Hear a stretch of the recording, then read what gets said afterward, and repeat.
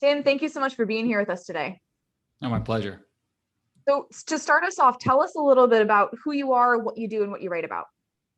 Sure. So I'm actually an HR professional. So that's the career. My writing tends to go in a part fiction, part nonfiction. So I bounce from one to the other, and typically we'll do a nonfiction business book and then go right to a novel and then back again to keep it fresh.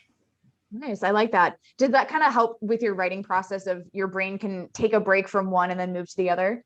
Yeah, it's a very different mindset to have from when you're writing a novel. You're deep into character. You get a little bit more flexibility as to you might have a really good ending and a really good beginning, and the middle is just going to happen. Whereas when you're writing a nonfiction book, it is all process, and you have to be very tight in what you do to get fulfill that promise. Mm-hmm. Do you think that writing fiction has made you a better nonfiction writer? I think so, because it definitely drives up the creativity, looks at the way that you would approach things, and really gets you focused on different character sets. So when you're thinking about a nonfiction, you're always thinking about the audience. So who's reading the book? So having that different way of looking at things can certainly be helpful. Mm-hmm. So thinking back to your first book, specifically your first nonfiction book, were there any struggles that you faced in that writing journey that, maybe held you back from finishing that book as quickly or as easily as you thought you would?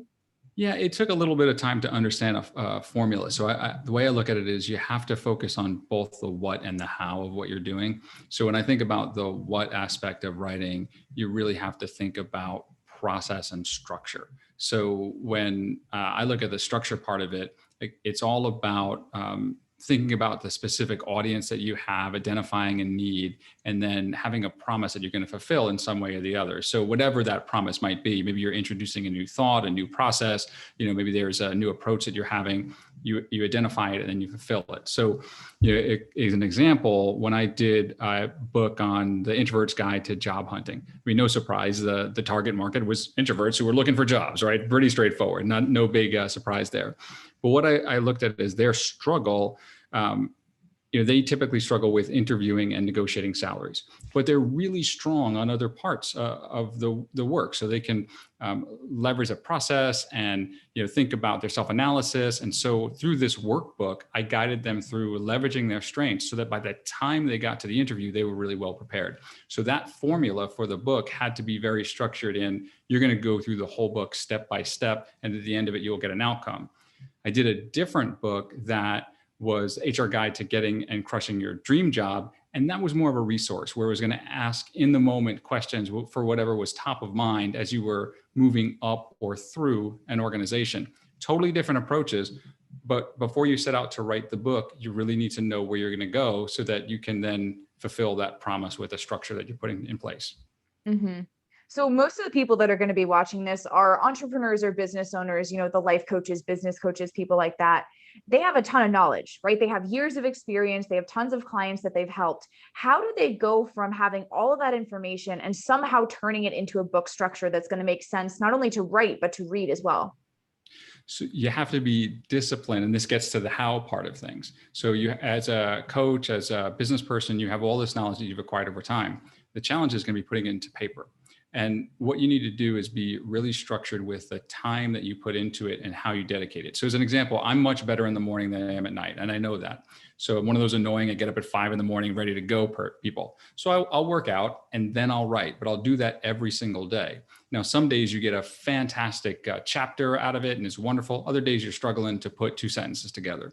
But if you do that over time, through the course of a year, you'll end that year with a book. So you just have to be disciplined in your approach. So if you're a business person, you're a coach, again, you have to have that discipline and focus to say, I'm going to do this all the time. It's like working out. If you want to see the results, you have to put in the time. Mm-hmm, mm-hmm.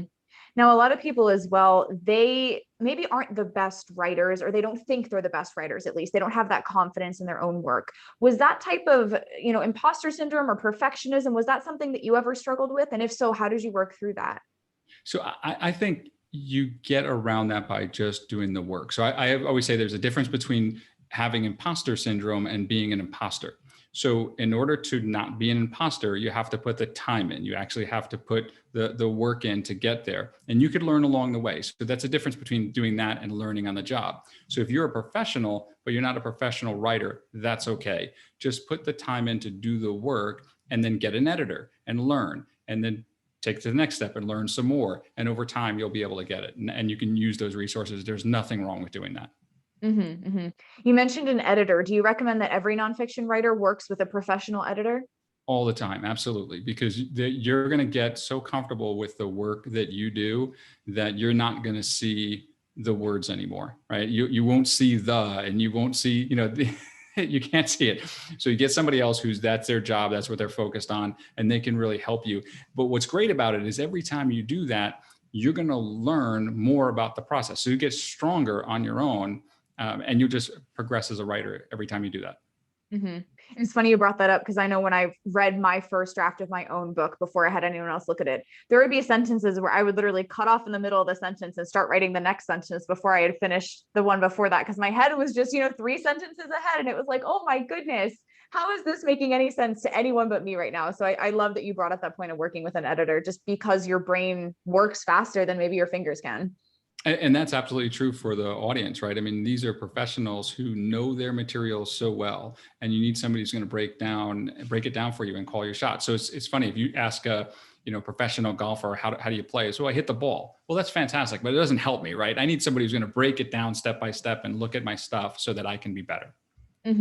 Because of that, do you recommend working with an editor that has little to no experience with your industry? Yes and no, right? So sometimes you're going to want that objective view where it's not content specific, and you're going to look at the cold view of things. Where my pause on that is sometimes you're in a very specific industry where there's a lot of jargon, and you're going to want to have that understood. But again, that's a niche. So as an example, I wrote a strategic planning book filled with nuance and detail. I needed somebody who can do a straight edit.